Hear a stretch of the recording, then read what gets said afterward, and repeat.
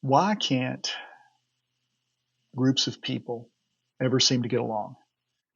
That's the question we'll be asking or answering in this edition of Dr. Todd Explains.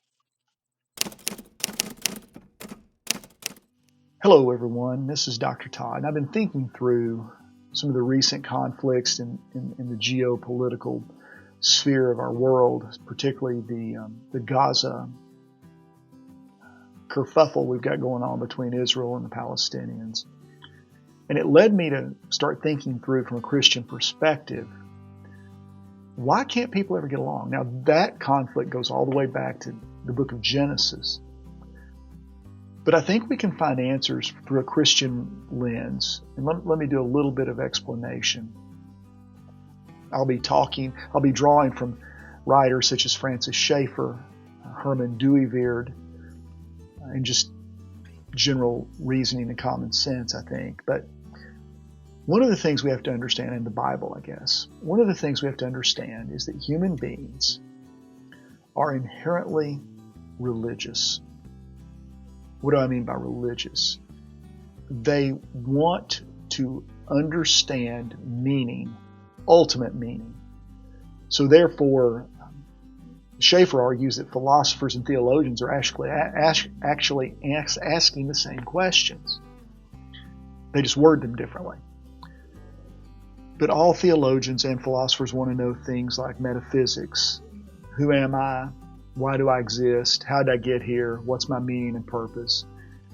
They want to know about morals. They want to ask questions about morals. What's right? What's wrong? And they want to know about epistemology. What's truth? How can I know it? And so they're the same questions. Well, here's the problem we run into. And this is from Dooyeweerd's thinking. When two groups of people who are fundamentally religious hold a different set of doctrines or concepts, I guess we could call them ideas. Let's call them ideas. Different sets of ideas that answer those ultimate questions. There's bound to be conflict. You can't avoid it. So from that way of thinking, let's look at it this way. We're going to break things down into two sets of ideas. Religious ideas, which really deal with ultimate questions, and temporal ideas, which are more in the here and now on earth. Temporal ideas can be looked at from a perspective of a dialectic where you've got a thesis, an antithesis, and those two things can be synthesized into a synthesis. And let me give you an example of that. 5 would be one idea. 2 would be a second idea. You merge those or synthesize the two of them, and now you have 7. So you have a new idea that emerges from the synthesis of the two. That works fine for temporal ideas. But see, temporal ideas aren't ultimate ideas, and ultimate ideas are religious ideas because religious ideas deal with things that are ultimate, that cannot be reduced. In other words, religious ideas refuse synthesis. Because if you synthesize a religious idea with another religious idea, you no longer have the religious idea. And since religious ideas give answers to ultimate questions, there is no synthesis. It's the highest order of idea. So what happens is you develop this polar opposite, these two poles. For instance, in our situation, you've got the Israelis on one side, you've got the Arabs on another side, and the two, instead of seeking a synthesis, are actually seeking to dominate the other. So whenever you have two poles of religious ideas, one pole will always seek to control or dominate the other pole and extinguish it.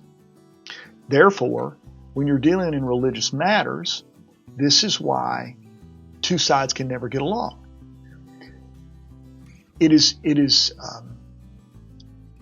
heresy, anathema for a Palestinian to believe that he or she should share the land with the Israelis.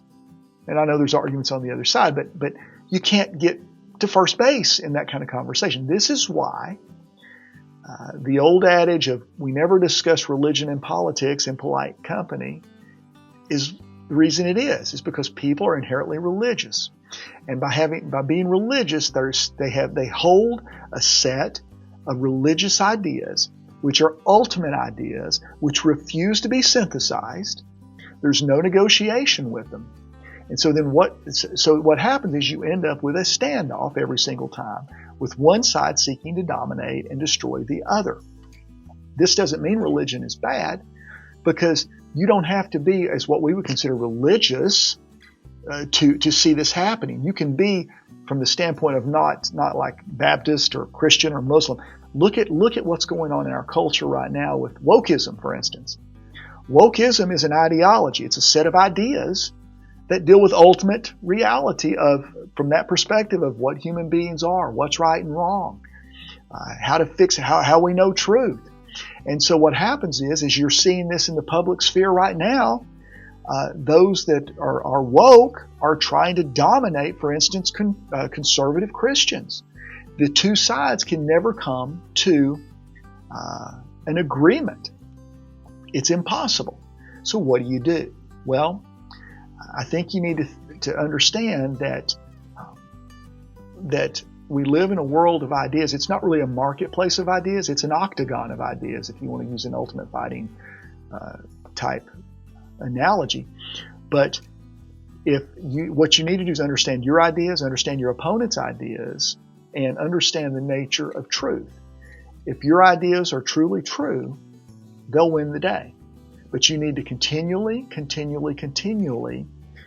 advocate for your ideas. It needs to be done with gentleness and respect, if you're a Christian especially. But the idea here is that there is no reconciling. And by the way, when you see people try to reconcile these kind of ultimate religious ideas, it usually ends up destroying whatever was started. We see things like the emergent church, and it's kind of died off, and now it's sort of morphed into progressive Christianity. But what happens is when you take the bedrock ideas out of an ideology, the ideology ceases to be an ideology, and therefore it ceases to have meaning, and people won't follow it, therefore it dies. But since we are innately religious creatures, we will just replace that ideology with something else. So they're always going to be here on this side of heaven.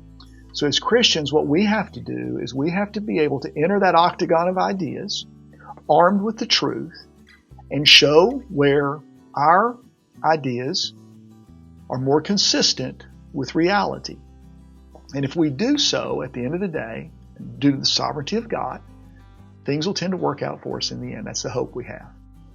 So I hope this has been helpful. If you enjoy the videos I've been doing, please hit the like button, subscribe. And if you have any comments or questions on how frustrating or how maddening it can be trying to talk to someone that holds a different set of ideas, put those discussions down in the comments. I'd like to interact with you on that. If you have any questions, like I said, let me know. God bless. Look forward to seeing you in the next video.